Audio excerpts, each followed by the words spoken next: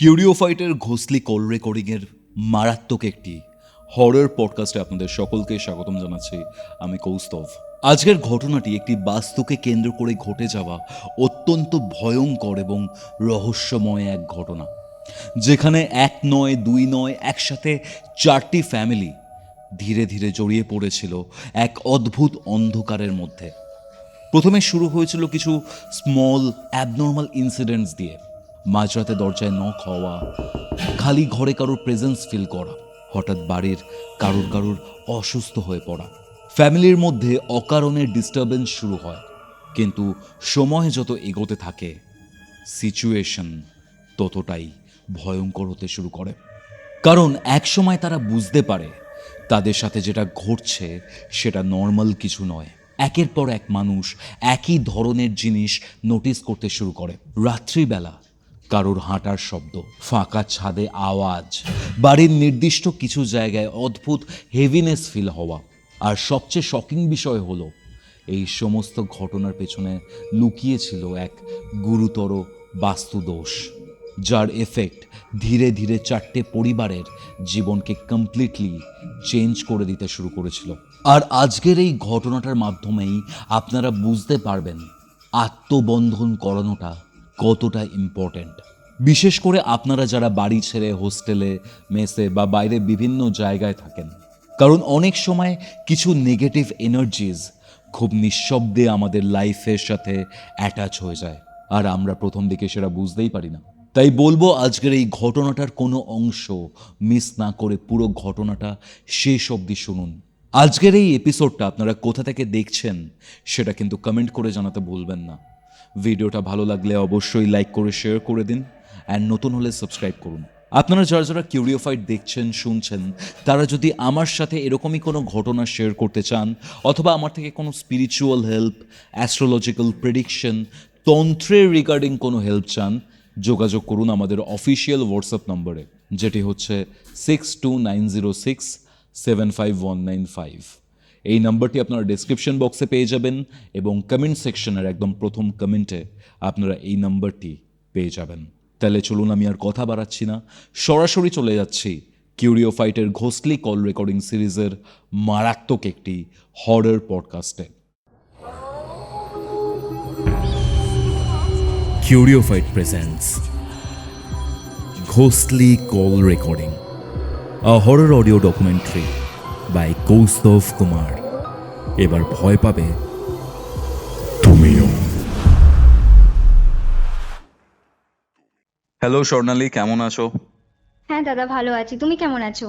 আমিও ভালো আছি গো। তো আচ্ছা। বিষয়টা হচ্ছে, তুমি আরামবাগে থাকো, তাই তো? হ্যাঁ হ্যাঁ হ্যাঁ। আচ্ছা, প্যারামেডিক্যাল নিয়ে পড়াশোনা করছো, অ্যান্ড তোমার পড়াশোনা কি কমপ্লিট? না না, এই জাস্ট ফার্স্ট ইয়ার হচ্ছে। ও, ওকে ওকে ওকে। তুমি জানিয়েছিলে আমাদের টিমের সাথে যখন কথা হয়েছিল যে তোমার সাথে খুব ভয়ানক কিছু ব্যাপার ঘটেছে, তুমি, তোমার ফ্যামিলি, ইভেন তোমার দিদির সাথে, রাইট? হ্যাঁ হ্যাঁ হ্যাঁ, একদম। কি ঘটেছিল স্বর্ণালী, একদম শুরু থেকে আমি জানতে চাই, কি ঘটেছিল তোমাদের সাথে? হ্যাঁ দাদা, আমি একদম তাহলে শুরু থেকেই শুরু করছি, একদম না বাড়িয়ে কথা। হুম ঘটনাটা 2021-এ, ঠিক হুম আছে? তখন তো লকডাউন পিরিয়ড চলছে, জানোই, করোনার টাইম।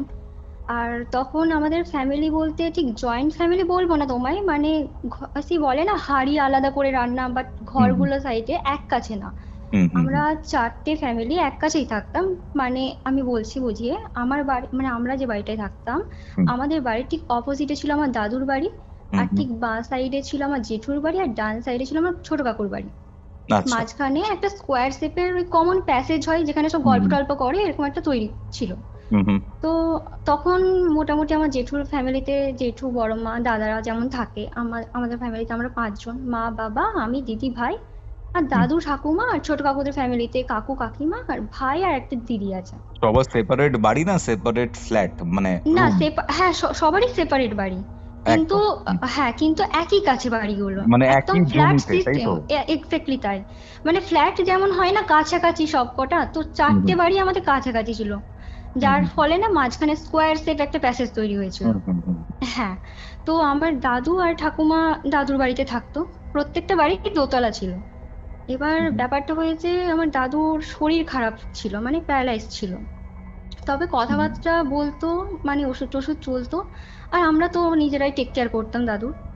তো এরকম বিষয়টা হয়, সবাই সবার মধ্যেই খুবই ঠিকঠাক ছিল, হয়তো শরীরও ঠিক ছিল, সুস্থ হয়তো হলেও একটু আধটু আগের থেকে হতে পারতো, কিন্তু প্যারালাইজ থেকে তো আর সুস্থ একেবারে হওয়া সম্ভব নয় যদিও। হুম হুম হুম। হ্যাঁ।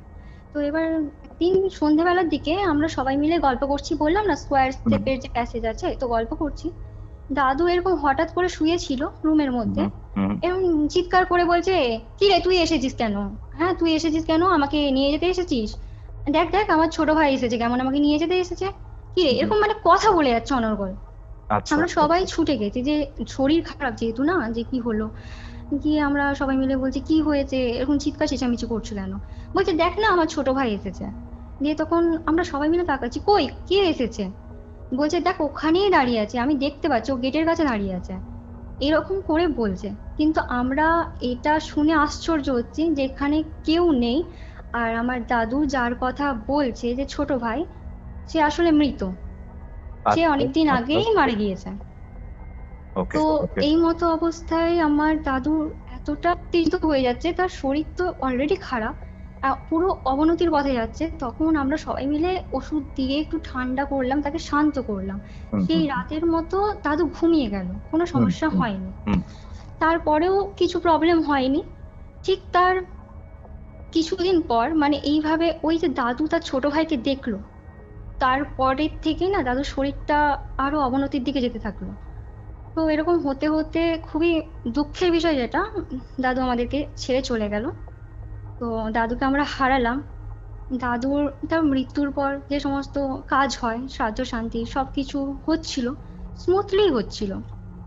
কিন্তু ওই কাজের মধ্যেই, যখন কাজগুলো কন্টিনিউ ছিল, একদিন যেহেতু কাজকর্ম হচ্ছে না, একটা অনুষ্ঠান বাড়ি বলতে শ্রাদ্ধ শান্তির যে অনুষ্ঠান বাড়ি, সব কাজ কমপ্লিট হয়ে যাওয়ার পর সবাই তো খুব টায়ার্ড, সব শুয়ে গেছে। মোদ্দা কথা আমাদের টোটাল 4টে বাড়ির লোকজনই প্রায় ঘুমন্ত অবস্থায় চলে গেছে, রাত্রি হয়ে গেছে। হঠাৎ করে এত বিকট আওয়াজ, সবার ঘুম ভেঙে যায়, এত পরিমাণ আওয়াজ। যখন আমরা সবাই উঠে যাই, আমাদের ফ্যামিলি, আমার কাকুদের ফ্যামিলি, জেঠুদের ফ্যামিলি, যেহেতু বলেছিলাম এক কাছেই বাড়ি সবার, যখন হুম উঠে যাই, উঠে আমরা এইটা অ্যানালাইসিস করি, বুঝতে পারি যে এই আওয়াজটা কিছু নর্মাল আওয়াজ না। মানে কেউ ধরো ছাদ থেকে যদি ঝাঁপ দেয়, যে আওয়াজটা হবে, এক্স্যাক্টলি সেই আওয়াজ।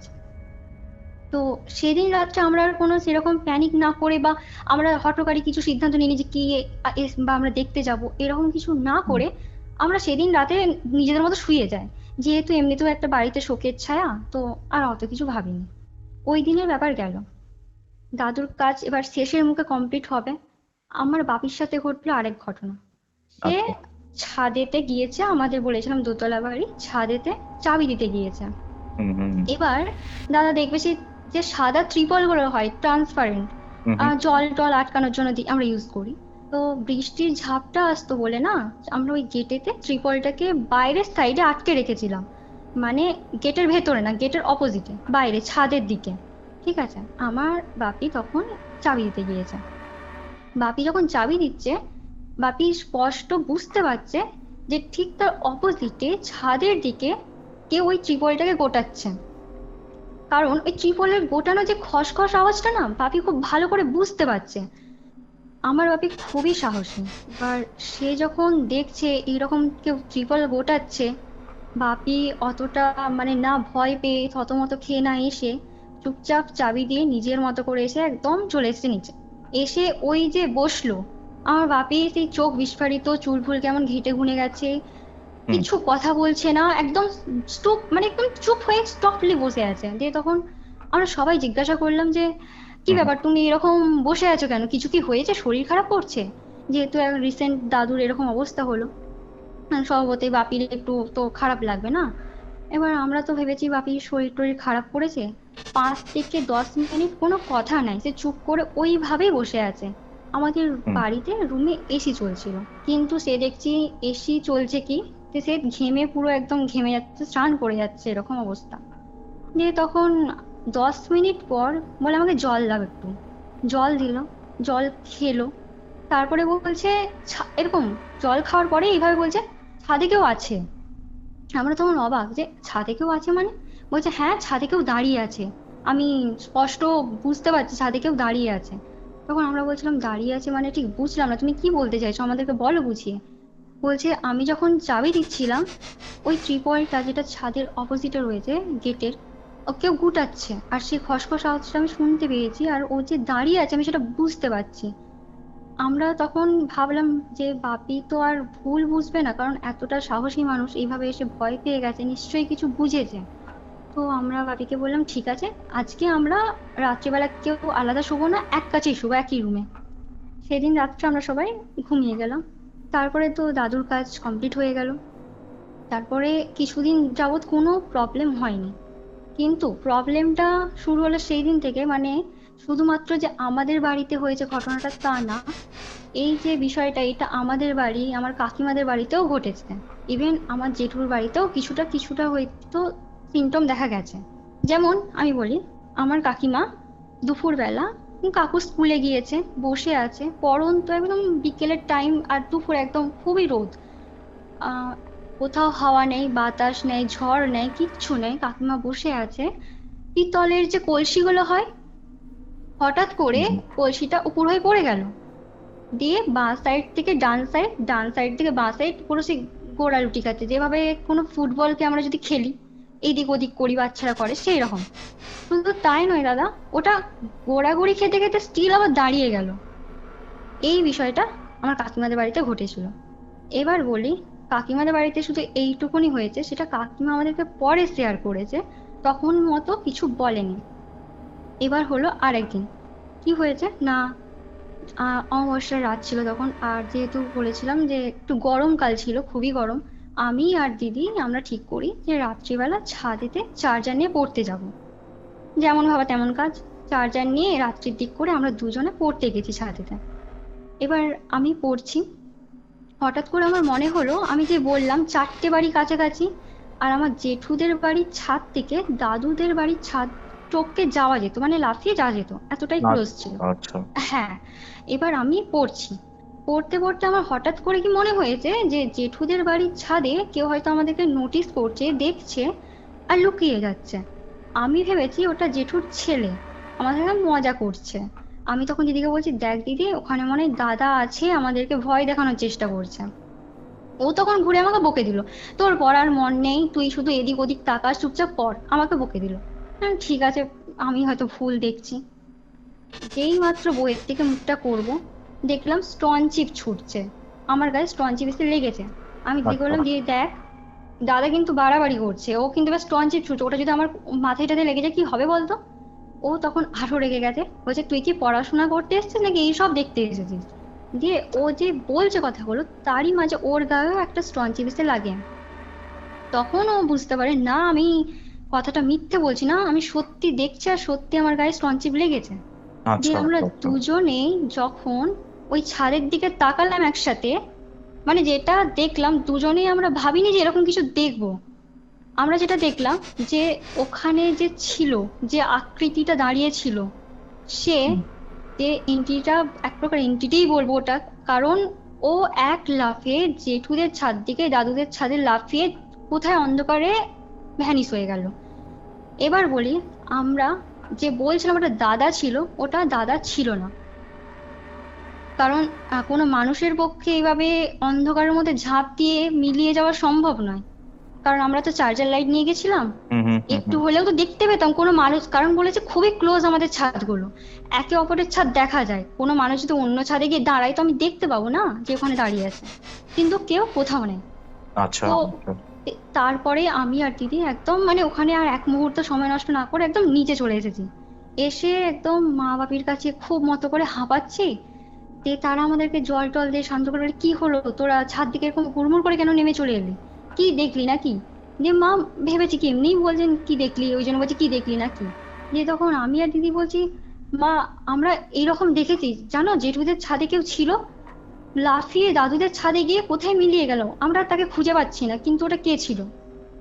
মা এবার ব্যাপারটা একটু বুঝতে পেরে বলছে, আর তোদের হয়তো মনের ভুল, আর তোদের এখন এই সময় কে ছাদে গিয়ে পড়তে বলেছে, এই একে অমাবস্যার রাত আর ছাদে গিয়ে তোরা পড়ছিস, জানিস না রাত্রিতে এমনিতেই নেগেটিভ এনার্জিটা ঘুরে বেড়ায়। দিয়ে মা এই মতো করে ওদিন বলে আমাদেরকে শান্ত করে দিয়ে আমরা খাওয়া দাওয়া করে ঘুমিয়ে যাই। সেদিন আচ্ছা। আর কিছু সমস্যা হয়নি। হুম হুম এবার হলো তার কিছুদিন পরের ঘটনা। হুম কি হলো না, আমার দিদি মানে রান্না করছে দুপুরবেলা, একটু হুম দেরি হয়ে গিয়েছে, আমার বাপি স্কুলে গেছে, মা ঘুমিয়ে গেছে। ও রান্না করছে, ডিম ভাজছে, আর আমার ভাই খেতে বসবে এরকম। আর আমি তখন ওর সামনে দাঁড়িয়ে গল্প করছি। এবার তোমায় বলি আমাদের নিচের তলার বর্ণনাটা।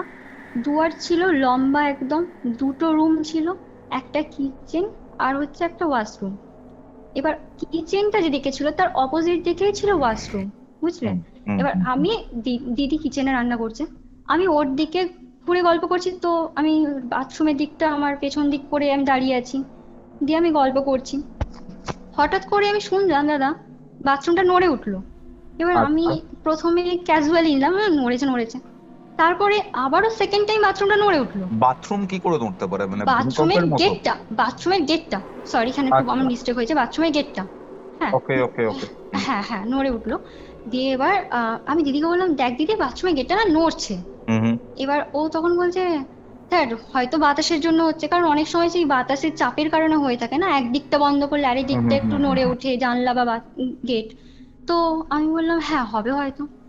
যেই না বলেছি বাথরুমের গেটটা এতটা স্পিডে নড়ছে যেন মনে হচ্ছে কেউ ওখানে আটকা পড়ে গেছে। যেমন ধরো কোনো বাথরুমে যদি কাউকে লক করে দিই আমরা মজা করে, সে কি হুম বলে হুম। এই গেট খোল দে, গেট নাড়া দেয়, সেইভাবে গেটটা নড়ে যাচ্ছে। দিদি তো কিচেন থেকে ছুটে এসেছে, ও বুঝতে পারলো, ও পুরো ভ্যাবা জায়গা খেয়ে গেছে যে তাই তো, এটা হচ্ছেটা কি। আমি আর ও এসে দাঁড়িয়েছি হাঁ করে, এতটাই জোরে আওয়াজ হচ্ছে। মা উঠে চলে এসেছে, ঘুমোচ্ছিল, বলে এত আওয়াজ কিসের হচ্ছে, দেখছে বাথরুমের গেটটা স্টিল এভাবে নড়ে যাচ্ছে, কেউ যেন আটকা পড়ে গেছে, ও বেরোনোর চেষ্টা করছে। দিয়ে তো মাও ভয় পেয়েছে, এবার আমার দাদাকে ডাকা হলো, দিয়ে সে গেটটা খুলে দিয়েছে। গেটটা খুলে দেখছে সবকিছু ওকে, কিছু কোথাও নেই, নর্মাল। দিয়ে দাদা বললো না না তোরা ভুল দেখছিস, এই দুপুরবেলা কি হয়েছে তোদের, বলে সে তো চলে গেছে। এবার ইতিমধ্যে আমি বলে রাখি যে আমি রাধা কৃষ্ণের ভক্ত, সেই হিসাবে আমি বলেছিলাম যে ভূতেদের কাজই কি ভয় দেখানো, তো আমি, আমার রাধাকৃষ্ণ থাকতে আমাদের কেউ ক্ষতি করতে পারবে না। তো আচ্ছা। এইটা বলে আমি গেটটা লক করে দিয়েছি আবার। কিন্তু তারপর থেকে হলো এরকম বিষয় যে আমরা যখন বাথরুমে যেতাম, আমরা স্নান করলে খুবই অস্বস্তি হতো, যেন মনে হচ্ছে আমাদেরকে কেউ তাকিয়ে আছে বা মানে আমাদেরকে স্নান করার দেখছে। সময়? হ্যাঁ স্নান করার সময়, মানে এক কথায় উইদাউট ড্রেসে কেউ থাকতে পারতাম না, যেন মনে হচ্ছে কেউ আমাদের সামনে আছে, পেছনে আছে, মানে চারদিক থেকে আমাদের কেউ নোটিস করছে। শুধুমাত্র আমাদের নিচের বাথরুমের ব্যাপারটা হচ্ছে তা নয়, আমাদের দোতলার ব্যাপারটাও সেম, লম্বা দুয়ার, দুটো রুম, একটা কিচেন একটা ওয়াশরুম, সেখানেও একই প্রবলেম। এইটা হলো ব্যাপার। আর তার সাথে সাথে কি হলো না, ছাদেতে ছুটা দৌড়ার আওয়াজ, ভীষণ রকম ভাবে এই প্রান্ত থেকে ওই প্রান্ত, ওই প্রান্ত থেকে এই প্রান্ত, যেন মনে হচ্ছে কেউ ফুটবল খেলে বেড়াচ্ছে।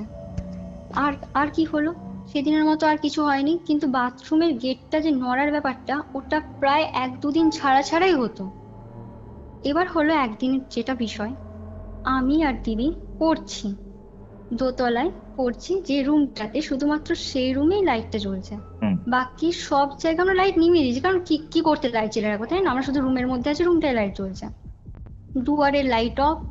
আমরা যে রুমটায় পড়ছি তার ঠিক পাশে একটা রুম ছিল, সেখানে light off, total light off দোতলায়।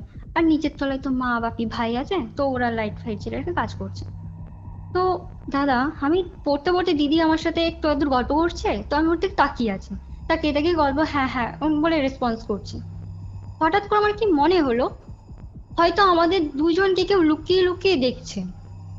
আমার যেই মাত্র মনে হয়েছে, আমি একদম ডাইরেক্ট তাকিয়েছি দুয়ারের দিকে, আর দরজাটা ঠিক একদম বন্ধ একদম খোলা এরকম না, মানে ওই হাফ পজিশনে ছিল, যে হাফ খোলা হাফ বন্ধ এরকম। হুম তো আমি যেই তাকিয়েছি, আমি একদম ওপরের দিকে তাকাইনি, আমি, আমার চোখের দৃষ্টিটা গেছে নিচের দিকে, ঠিক আছে, আমি নিচের দিকে তাকিয়েছি।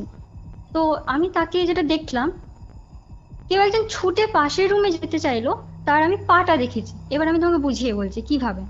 ধরো তুমি কাজ করছো, ঠিক আছে, বা একটা রুমে নিজের মতো করে কাজ করছো, তোমাকে যদি কেউ লুকিয়ে দেখে, তুমি যদি তাকে দেখে নাও, সে কি মনে মনে ভাবে এই যা আমাকে দেখে নিল, আমাকে আমাকে লুকিয়ে যেতে হবে যাতে তুমি আমাকে দেখতে না পাও, এরকম ভাবে, যেন তুমি দেখতে না পাও তাকে, সে তোমাকে একটা ধপ্পা দিতে পারে, এরকম হয়তো লুকোচুরি খেলার হুম সময়। হুম হুম হুম। তো ও যেটা মানে যেভাবে যে মস্তানে গিয়েছিল পাশের রুমে, ঠিক এক্স্যাক্টলি এরকম ছিল যে আমাদের দিকে তাকিয়েছিল, আমরা দেখে নিয়েছি ওকে, যা ও মিস করে গেছে, ও আমাদেরকে আর ভয় দেখাতে পারবে না, ও পাশের রুমে লুকোতে গেছে। ঠিক সেই রকম মুহূর্তে ও যখন পাশের রুমে লুকোতে গেছে, একটা মানুষ ছুটলে যেরকম পায়ের মুভ থাকবে, মুভমেন্ট থাকবে, সেই রকম দেখলাম মুভমেন্টটা, যে ছুটে পাশের রুমে যাচ্ছে। ঠিক তার তখন দেখলাম পায়ের আকৃতি, আমি একদম হাঁটু থেকে পায়ের একদম পাতা একদম ফুট অব্দি দেখেছি, যে একদম খুব কঠোর একটা পা, কোনো কোমল পা না যে আমি বুঝবো এটা নারীর পা, সেরকম না। যেমন ধরো কোনো চাষি যারা মাঠে কাজ করে তাদের পা তো খুব কর্মঠ হয় না, হুম হুম চাষি হুম যারা হয়, ঠিক সেরকম একটা কর্মঠ পা, হালকা লোম, খুব বেশি লোমস তা বলবো না। এবার আমি বুঝলাম কি করে, কারণ এমনিতে অন্ধকার ছিল দুয়ারটা, হুম লাইট অফ ছিল। হুম আমি এইটা এতটাই স্পষ্ট বুঝলাম এই কারণে যে ওই অন্ধকারের মধ্যে ওই পায়ের রংটা এতটাই গাঢ় কালো ছিল, আমার চোখে খুব মানে খুবই স্বাভাবিকভাবেই ধরা দিয়েছে, কোনো আমার জন্য তার জন্য আমাকে কিছু এক্সট্রা করতে হয়নি, এতটাই গাঢ় কালো ছিল। সেটা আমি নিজের চোখেই দেখেছি, আর খুবই, আমি এখন বলতে গিয়ে আমার দিনটা মনে পড়ছে তো আমার, তাই আমি ভাবছি যে সত্যি আমার সাথে এরকম হয়েছে। তো ওটা দেখা মাত্র আমি চিৎকার করে উঠেছি একদম, আর চিৎকার করে দিদিকে বলছি, দিদি তুই গেটটা বন্ধ কর, দিদি তুই গেটটা বন্ধ কর, ওখানে কেউ আছে দাঁড়িয়ে, ওখানে তো কেউ আছে, তুই গেটটা বন্ধ কর। ও কিছু না ভেবে গেটটাকে লক করে দিয়েছে, দিয়ে আমি কাঁদতে শুরু করেছি ভীষণ ভাবে। দিদি এবার বলছে কি হয়েছে, তুই কি দেখেছিস? এবার আমি তো আর কিছুতেই কি বলবো না, আমি কাঁদছি, শুধু কেঁদেই যাচ্ছি। দিদি এবার বলছে আমি মাকে তাহলে ফোন করি, দাঁড়া তুই থাম। দিয়ে এবার ও মাকে ফোন করেছে নিচের থেকে, মা আরে ছুটে এসেছে উপরে, আমি গেট খুলতে দেবো না দিদিকে, না ওটা মা না, ওটা মা হতে পারে না, ওখানে অন্য কেউ আছে, আমি তাকে দেখেছি, স্পষ্ট দেখেছি। কাঁদতে কাঁদতে কথাটা বলছি। দিয়ে এবার মা তো কিছুতেই বিশ্বাস করাতে পারছে না যে এখানে আমি এসেছি। মা তখন আবার দিদিকে ফোন করে যে গেটটা খোল, আমি এসেছি, গেটে ধাক্কা দিচ্ছে। তারপরে গিয়ে গেটটা খুললো। দিয়ে তারপরে তো আমাকে সবাই মিলে একদম শান্ত করলো যে কিচ্ছু দেখিসনি তুই, ভুল এরকম, মানে সেই রাতটার জন্য আমাকে ঠান্ডা করিয়ে দিল একদম। যখন আমি আচ্ছা ভয় পেয়েছিলাম না, আমি অ্যাকচুয়ালি স্বাভাবিক সবার, হ্যাঁ, সবার মাঝে আমি শুয়েছিলাম, হুম দিদি মাকে আমি বললাম তুমি আমার আমার কাছে শো, আমি একা শুতে পারবো না। হুম হুম হুম কিন্তু দিদি আর ব্যাপারটা একটু সিরিয়াসলিই নেয়, কারণ আমার দিদি ছোটখাটো ব্যাপারগুলো একটু ভেবেচিন্তে নেয়, কিন্তু মা মা একটু ভীতু স্বভাবের ছিল বলে মাকে কিছু এইসব ব্যাপারে বলা হয় না চট করে, ভয় পেয়ে যাবে বলে, কারণ মাকে একাই বাড়িতে থাকতে হয়। কিন্তু দাদা, এটা এই ইনসিডেন্টটার পর থেকে মায়ের বিহেভিয়ারে চেঞ্জ আসতে শুরু করলো। কিরকম চেঞ্জ? না, মায়ের চোখের যদি আমি বর্ণনা দিই, এতটা কোমল, মানে এতটা স্নিগ্ধতা, তো সেই চোখ হয়ে গেল হিংসতামূলক। মানে যেন মনে হচ্ছে সেই হয় না কারো দিকে দৃষ্টি, একটা খারাপ দৃষ্টি বলে, যে দৃষ্টিটা ওর ঠিক না, আমার ভালো লাগছে না, অস্বস্তিকর একটা হুম হুম দৃষ্টি। হুম হুম হুম মায়ের চোখের দৃষ্টি হয়ে গেল সেই রকম, মানে যার দিকে তাকাচ্ছে একটা ঠিক কমফোর্টেবল ফিল হচ্ছে না, সেটা আমি হোক বা অন্য কেউ হোক বা নিজের ফ্যামিলির কেউ হোক, হচ্ছে না, কমফোর্টেবল ফিল হচ্ছে না। মায়ের বিহেভিয়ারে আরো কি চেঞ্জ আসলো, যে মানে আমার মা একটু এত ভীতু স্বভাবের, একা একা শুতে চায় না, হয় আমাকে দিদিকে বা এরকম সাথে নিয়ে শোয়। সে একা একা শুতে শুরু করলো, যে তোদের কাউকে লাগবে না, আমি শুয়ে যাচ্ছি, তোরা যা, তোরা গল্প করতে করতে ঘুমো, যা হোক কর, আমি ঘুমিয়ে যাচ্ছি বলে এই মতো মা নিচের তলায় একা ঘুমিয়ে গেল, হয়তো আমি আর দিদি উপরে ঘুমোতে চলে গেলাম।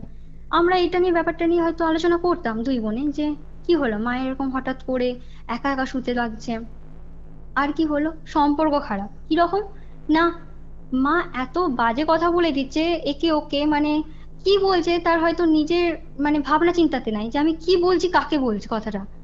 এই করে অনেকবার অনেক সম্পর্ক খারাপ হয়ে গেছে, যেমন মাসির সাথে সম্পর্ক খারাপ হয়েছে, আমার দিদির কিছু ফ্রেন্ডের সাথে, আমার বাড়ির লোকজনদের সাথে। দিয়ে দিদি যখন ব্যাপারটা বললো না, এটা হয়তো অন্য কিছুই ঘটছে, আর ঠিক থাকছে না কোনো কিছু, কারণ কনস্ট্যান্ট তখন বাথরুমের গেটটা নড়তে থাকছে, ছাদে ছোটা দৌড়ার আওয়াজ, এগুলো কিন্তু ঘটতেই থাকছে, এগুলো স্টপ নেই। তো দিদি ঠিক করলো যে বাপির সাথে কথা বলে, যে আমাদের যে গুরু বাবা আছে তার সাথে কনসাল্ট করবে, যে কি কি হয়েছে ব্যাপারটা। আর আমার গুরু বাবা হচ্ছে মাতার ভক্ত ছিল। তো কনসাল্ট করার পর গুরু বাবা বললেন যে হ্যাঁ, কিছু জিনিসপত্র বলছি, যজ্ঞ করতে হবে, তাহলে মোটামুটি ঠিক হয়ে যাবে, কিন্তু ওই জিনিসগুলো আনতে হবে মানে আমার মা বাড়ির সাইড থেকে, ঠিক আছে, মানে ওই মেদিনীপুরের সাইডের দিক থেকে। তো এবার হচ্ছে আমি আমার দিদি বাপি সবাই মিলে ঠিক আছে নিয়ে চলে আসবো, সমস্যা হবে না। তার মধ্যে একটা জিনিস বলেছিল ওই যজ্ঞর জন্য যেটা লাগবে, জবা ফুলের মালা। তো যেমন ভাবা যেমন বললা তেমনই কাজ একদম। কোনো লেট না করে আমরা গাড়ি ভাড়া করলাম যাতে আমরা মামা বাড়ি খুব তাড়াতাড়ি পৌঁছতে পারি, জিনিসগুলো নিয়ে আসতে পারি। কিন্তু দাদা, যে মামা বাড়ি যেতে আমাদের 1.5 ঘন্টা সময় লাগে হার্ডলি, সেটা গাড়ি ভাড়া করলে আরো তাড়াতাড়ি পৌঁছাবো, হয়তো 1 ঘন্টা, একদম একদম। তাই না? হুম। সেই জায়গায় আমাদের লাগছে 3 ঘন্টা। মানে কোনো না কোনো ভাবে কিছু না কিছু ভাবে আমাদের বাধা চলে আসছে।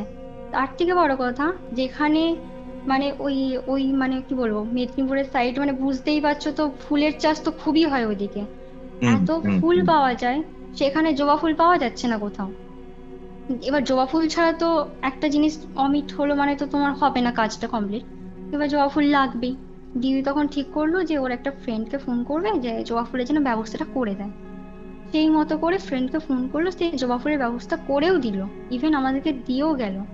কিন্তু তার দিয়ে যাওয়ার ঠিক 1/2 ঘন্টা পরেই দিদির কাছে ফোন আসে একটা।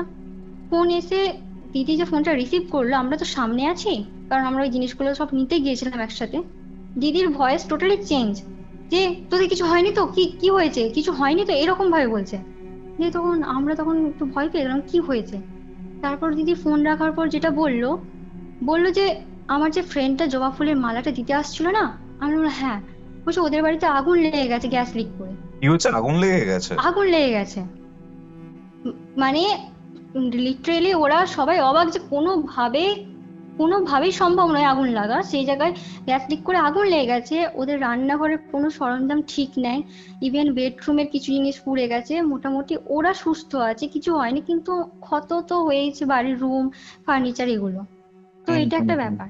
তারপরে আমরা সব জিনিসগুলো নিয়ে আসি, নিয়ে এসে যজ্ঞ টজ্ঞ করা হয়। দিয়ে আমাদেরকে বলা হয় যজ্ঞর কিছুদিন পর সত্যনারায়ণ হয় না, তো হুম হুম হুম। সত্যনারায়ণ দিতে সবকিছু হলো। দিয়ে কিছু বন্ধন টাইপস বাড়িতে করে দেওয়া হলো। তারপর গুরু বাবা যেটা বললো যে হুম তোদের হুম বাড়ির পেছনে যে পুকুর আছে না, এরকম ভাবে তোদের, কারণ গুরু বাবা তো জানে না কি আছে, অত তো ডিটেলসে জানে না কোথায় কি আছে। হুম হুম বলে তোদের হুম। বাড়ির পেছনে যে পুকুর আছে না, আমরা তখন বললাম হ্যাঁ হ্যাঁ আছে। যে তখন বলছে হ্যাঁ ও তো ওখানেই থাকে। এবার বলি পুকুরের কথা, আমাদের যে 4টে বাড়ি ক্লোজলি বললাম, ঠিক তার সাইডে একটা পুকুর আছে। সেই পুকুরটা ইউজ হয় না, ওই জঙ্গল টাইপ হয়ে রয়েছে। আর ওই পুকুরটা আমার বাবার 4 ভাই, তো 4 ভাইয়ের নামের ওই আছে, ঠিক আছে, এখানে ওই হুম। পুকুরটা আছে। তো বললো ও তো ওখানে থাকে। দিয়ে আমরা বললাম ও ওখানে থাকে মানে কে থাকে। এবার যেটা অনুমান করে আমার গুরু বাবা বললো যে কুবের ধন হয় না, যেটা আমরা বলি জোকা, যেটাকে বলি। তো বললো ওই জিনিসটা ওই পুকুরেতে বসবাস করে। আর ওর থাকার আস্তানা হচ্ছে তোদের সবার ছাদ, বাথরুম, স্পেসিফিক কিছু জায়গা বললো। বললো এখন যেহেতু যজ্ঞ বন্ধন সবকিছু করে দেওয়া হয়েছে, হুম। এখন আশা করি কোনো সমস্যা হবে না, তবে ছাদ ফাঁকা রাখবি না, ছাদে একটা তুলসী গাছ লাগাবি, এরকম বললো। তো আচ্ছা। ঠিক আছে। পরের দিন তুলসী গাছের সাথে সাথে যে হরি মন্দির হয় ছোট ছোট, হুম হুম সেই রকম হুম। একটা মন্দির আর তুলসী গাছ আমরা ওখানে স্থাপন করলাম, মানে আমাদের ছাদে। তারপর থেকে দাদা ছাদে না ছুটা দৌড়ার আওয়াজ, না বাথরুমে সেই রকম কোনো ফিল, টোটালি চেঞ্জ, মানে পুরো এনভায়রনমেন্টটা চেঞ্জ হয়ে গেছে, আর সেই রকম কোনো সমস্যা হয়নি। একদিন তারপর কাকিমা ওই সেই বললাম স্কোয়ার প্যাসেজ টাইপ হয়েছে কমন, যেখানে সবাই গল্প করতে আসে, এসে বলছে যে ওদের বাড়িতেও এরকম সমস্যা হয়েছে। তো তারপরে জানা গেল যে আমাদের বাড়ির সমস্যা, কাকিমাদের বাড়ির সমস্যা সব কানেক্টেড। আসলে এই একটা এন্টিটি গোটা 4টে বাড়িতেই যাওয়া আসা করতো, যেহেতু পুকুরটা 4টে ভাইয়ের নামেই ছিল। আচ্ছা আচ্ছা এটাই আচ্ছা। ছিল আমার ঘটনা। তুমি আরেকটা জিনিস যেটা বলছিলে, তোমার দিদির সাথে কিছু একটা ঘটেছিল। হ্যাঁ হ্যাঁ হ্যাঁ, এটা আমার দিদির সাথে যে ঘটনাটা ঘটেছিল সেটা 2022-এ। তো হুম হুম 2022-এর ঘটনা এটা। দিদি তখন বর্ধমানে কলেজে পড়ছে, ওর ফাইনাল ইয়ার এক্সাম চলবে। আর যেহেতু বর্ধমান থেকে ডিস্টেন্স কম হতে পারি, সেই জন্য উইকলি যাওয়া আসা করতো, উইকে চলে আসতো, শনিবার করে হুম রবিবার করে হয়তো ব্যাক করতো। তো এরকম ভাবে একদিন বাড়ি এসেছে। ও বেশি হুম দিন স্টে করেনি, যে যেহেতু ফাইনাল এক্সাম স্টার্ট হবে, ভাই বা কিছু মানে চলছে, তো ও ভেবেছে তাহলে আমি চলে আসবো শনিবার করে, মেসে ব্যাক করব, হুম তারপরে আমি হুম কলেজ অ্যাটেম্প করব। এবার বলি ওর কলেজ থেকে মেসটা 15-20 মিনিটের ডিস্টেন্সে ছিল, টোটোই করে তো যাওয়া আসা করতো। হুম হুম এবার ও বাড়ি এসেছে, বাড়ি থেকে আমাদেরকে বলে ঠিক আছে আমার তো এক্সাম স্টার্ট হবে, তো আমি চলে যাচ্ছি, এক্সাম শেষ হলে একদম ফিরবো বাড়ি। এই মতো করে ও বেরিয়ে আসে শনিবার। এবার মেসে যে আসে, এবার ধর মেসে অনেক মানে প্রত্যেকটা মেসের না আলাদা আলাদা নিয়ম কানুন থাকে, তাই না? তো হুম ওদের মেসের যে নিয়মটা ছিল, যে যার কাছে একটা করে চাবি থাকতো, কারণ কার কখন টাইমে বেরোচ্ছে সেটা তো বোঝা যাবে না। হুম তো এবার ওর কাছে একটা চাবি ছিল। এবার মেসের আমি একটু বর্ণনাটা দিচ্ছি। 3 তলার মেস। ফার্স্ট ফ্লোরে হচ্ছে স্টুডেন্টদেরকে থাকার জন্য ইউজ করা হতো, সেকেন্ড ফ্লোর ওনাররা থাকতো, আর থার্ড ফ্লোরেও স্টুডেন্টরা থাকতো। তো দিদি ছিল থার্ড ফ্লোরে। হুম মানে হুম যে 3 তলাটা ওটা এল শেপের ছিল, ঠিক আছে? 3টে রুম ছিল, একটা কিচেন একটা ওয়াশরুম। একদম এল শেপ, মানে বুঝতে পারছো, দুটো কর্নার হচ্ছে না। বুঝতে একটা পারছি। কর্নারে হ্যাঁ একটা রুম পড়তো, সেখানে অন্য কলেজের একটা দিদি আসতো, মানে সে থাকতো, সিনিয়র থাকতো। আর আর একটা এল শেপের যে ছোট এল এর যে ভাগটা থাকছে সেই কর্নারের দিকটা দিদির রুমটা ছিল, মানে দিদি থাকতো। আর মাঝে একটা রুম ছিল, সেটা ওরই একটা ফ্রেন্ড থাকতো, দিদির একটা ক্লোজ ফ্রেন্ড। হুম তো আর মাঝে দুয়ার ছিল, দুয়ারে একটা স্লাইড যে কাঁচের জানালাগুলো হয় ওগুলো ছিল। হুম। আর কিচেন ছিল, ওয়াশরুম ছিল। আচ্ছা। হ্যাঁ, এবার দিদির যে রুমটাই ছিল, ওই রুমটা 2 বেডেড, মানে দুজন থাকার মতো ছিল, ঠিক আছে? এবার ও তো এসেছে, মেসে ফিরেছে, গেটে চাবি খুলেছে, হয়তো রুমমেট কোথাও বেরিয়েছিল, চাবি টাবি খুলে যখন ওর বেডের কাছে যায়, ও দেখছে ওর বেডেতে কালো সর্ষে ছড়ানো আছে। এবার ও তো ভাবে যে সর্ষে কিভাবে আসবে তাহলে। হ্যাঁ বলি, কারণ ওদের মেসের সবাই মিলে একটা মাসি ঠিক করে রেখেছিল, যারা ওই যে রান্না টান্না একটু হেল্প টেল্প করে দিত, বুঝলে তো? যে ও ভেবেছে হয়তো মাসি কোনো কারণে এসে কন্টেনার থেকে কিছু নিতে গিয়ে হয়তো পড়ে টরে গেছে, এটা হতেই পারে। সেই মুহূর্তেই মাসি কাজে ঢুকছে। যে ও জিজ্ঞাসা করে যে মাসি তুমি কি রুমে এসেছিলে, তুমি কি কিছু জিনিস নিতে গিয়ে এখানে দেখো না সর্ষে পড়ে গেছে, তুমি কি কোনো কারণে ফেলে দিয়েছো নাকি? যে ও মাসি বলছে না, আমি তো দুদিন কাজেই আসিনি, আমি তো আজই আসলাম। ও ভাবছে তাহলে বিষয়টা কি, যে কিভাবে আসলো এই জিনিসটা। মাকে ফোন করে। মাকে ফোন করে বলে মা দেখো এরকম আমার বিছানায় না কালো সর্ষে ছড়ানো আছে। মা বলছে ঠিক আছে তুই অত ভাবিস না, তুই ঝাড়ু দিয়ে একটু ওটাকে ঝাঁটিয়ে দে। দিয়ে এবার বললো ঠিক আছে, এবার কলেজের জন্য তো লেটও হয়ে যাচ্ছে না, বেরোতে হবে। ও কি করলো, প্লাস্টিকের যে ঝাড়ুগুলো হয় সেগুলো দিয়ে বেডটা ঝাড়ু দিয়ে দিল। দিয়ে তারপরে রেডি হয়ে কলেজ বেরিয়ে গেছে। দিয়ে তারপর কলেজ শেষ হওয়ার পর এসে আবার বেরিয়েছে খাবার কিনতে যাওয়ার জন্য। দিয়ে খাবার কিনে নিয়ে এসে সেই দিনের মতো রুমমেট ফিরেনি, কারণ সে বাড়ি গেছিল। এবার ও খাবার টাবার খেয়ে তারপরে একটু রাত্রিবেলা পড়াশোনা করছিল, পড়াশোনা করতে করতে 12:30 প্রায় বেজে গেছে। দিয়ে তারপর শুয়েছে। এবার টাইমটা বলি, তখন মার্চ এপ্রিলের সময়, প্রচুর গরম। আর ও যেহেতু রুমে একা শুয়েছিল সেই জন্য লাইট জ্বেলে ঘুমিয়েছিল। মশারি খাটানো আছে, জানলাগুলো অফ রেখেছে, আর ফ্যান চলছে হালকা করে। এবার আমি রুমের বর্ণনাটা দিচ্ছি। ও যে রুমটাই ছিল, বললাম 2 বেডের, দুজন থাকতে পারবে। প্রথমে পড়ছে ওর রুমমেটের বেড, তারপরে পড়ছে ওর বেড। আর ওদের রুমের যে গেটটা ছিল সেটা মানে ডবল পাল্লা ছিল, সে কাঠের যে ডবল পাল্লার গেটগুলো হয় সেই রকম। হুম হুম তো হুম ও এবার সেই মতো সেদিনে রাত্রিবেলা পড়াশোনা করে ফোনটা হালকা স্ক্রোল করতে করতে ঘুমিয়ে গেছে। ও হচ্ছে একটা বেডশিট গায়ে দিয়েছিল, একদম ফাইন, যেটাতে বাইরের পুরো সবকিছু দেখা যাবে, এতটাই ফাইন বেডশিট। আচ্ছা। হ্যাঁ, তো ঘুমিয়ে যে হঠাৎ করে ওর কি মনে হয়েছে, হালকা হালকা চোখে দেখছে যে ওর রুমমেট যে আছে সে ওর নিজের বেডটাকে মানে যে ঝাড়ুটা আছে সেটাতে রীতিমতো বেডটাকে ঝাঁটাচ্ছে। এবার বলে রাখি ওর রুমমেটের বর্ণনা কিরকম দেখতে। লম্বা চওড়া, চাপা রং, আর একটু মোটা সোটা ছিল। হুম হুম আর নাইটি পরেছিল সবুজ কালারের।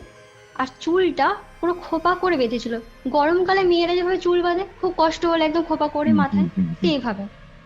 এবার ও দেখছে যে ওভাবে ও বেড ঝাড়ু দিচ্ছে আর ওর দিকে চেয়ে আছে।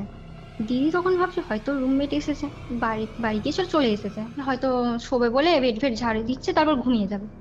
তারপরে ওর হঠাৎ মনে হলো যে ওর রুমমেট এত রাত্রে আসবে কি করে, আর ও আসবেই কি করে, ও তো দিদি তো গেটটা লক করে শুয়েছে, তাই না? ও কি করে ঢুকবে, গেট লক করা আছে, ঢোকার তো কোনো রকম কোনো কিছুই নেই। চান্সেস নেই, হ্যাঁ। হ্যাঁ, একদমই নেই। দিয়ে ও তখন একদম ওর ঘুম চলে গেছে, যে আমি এটা কি দেখছি, ঘুম চোখে নেই যে ও হ্যাঁ ঘুমের ঘোরে দেখছে বা স্বপ্ন দেখছে, এরকম কিছু নয়, ঘুম একদমই নেই।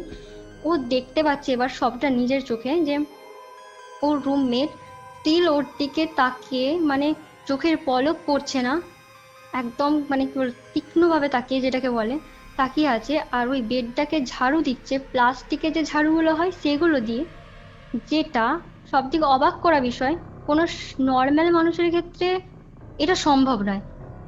তুমি দাদা, তুমি কখনো শুনেছো যে একটা মানুষ বেড ঝাড়ু দিচ্ছে, তার হাতের কবজিটা সেকেন্ডে 350 থেকে 400 বার রাউন্ড করছে 360 ডিগ্রি অ্যাঙ্গেলে? শুনেছো? পসিবল নিশ্চয়ই না। তো না। পসিবলই না। ও দেখছে, ওর দিকে তাকিয়ে ও ঝাড়ু দিচ্ছে বেড, ওর হাতের কবজিটা 350 থেকে 400 বার রাউন্ড করছে। ও এটা দেখার পর এতটা ভয় পেয়েছে, ও যে উঠে বসবে আর হুম, সেই ক্ষমতা নেই। এবার গলায় চাপ পড়ছে ভীষণ রকম হুম, ভাবে, হুম, হুম। যেন মনে হচ্ছে কেউ ওর গলার উপর উঠে ওকে চাপ দিচ্ছে, প্রেসারাইজড করছে। দিদি যখন ঘটনাটা আমাকে বলে, বলে যে আজকে আমি হয়তো বেঁচেই থাকতাম না, কারণ তখন একটা সুপার পাওয়ার কাজ করেছিল। হয় না, অনেক নেগেটিভ এনার্জি যেমন থাকে, পজিটিভ এনার্জিও তো আছে। আমার দিদি মা হুম, তারার ভক্ত ছিল। তো সেই সময় গায়ত্রী মন্ত্র জপ করতে থাকে, মা তারার নাম করতে থাকে। হঠাৎ করে ও একদম উঠে বসে গেল। কিভাবে উঠে বসলো, যেভাবে মনে মানে একটা বাচ্চাকে মা যদি পেছনে সে ব্যাক সাপোর্ট দিয়ে যেভাবে তুলে নেয়, তো ওকে যেমন কেউ ব্যাক একটা মানে জাস্ট পুশ করলো, ও উঠে বসে গেল। বসে গিয়ে ভীষণ রকম মানে এইভাবে হাঁপাচ্ছে, ভীষণ রকম হাঁপাচ্ছে যে আমি হয়তো আর নেই, মানে আমি কিভাবে আছি। এবার ও হাঁপাতে হাঁপাতে যখন চারিদিকটা দেখছে, সব কিছু নর্মাল, কোথাও কিচ্ছু নেই। যেমন লাইট জ্বলছে, পাখা হালকা করে চলছে, গেট লক, সব নর্মাল। এবার ওর মনে হচ্ছে ওই যে রুমমেটের বেডটা ছিল, ওখানে কেউ বসে আছে। প্রথম দিকে এটাও ফিল করছিল, ধীরে ধীরে ওটা স্পষ্ট হতে শুরু করলো। ও যেভাবে ওর রুমমেটকে দেখেছে সেম ভাবে দেখছে, একজন বসে আছে।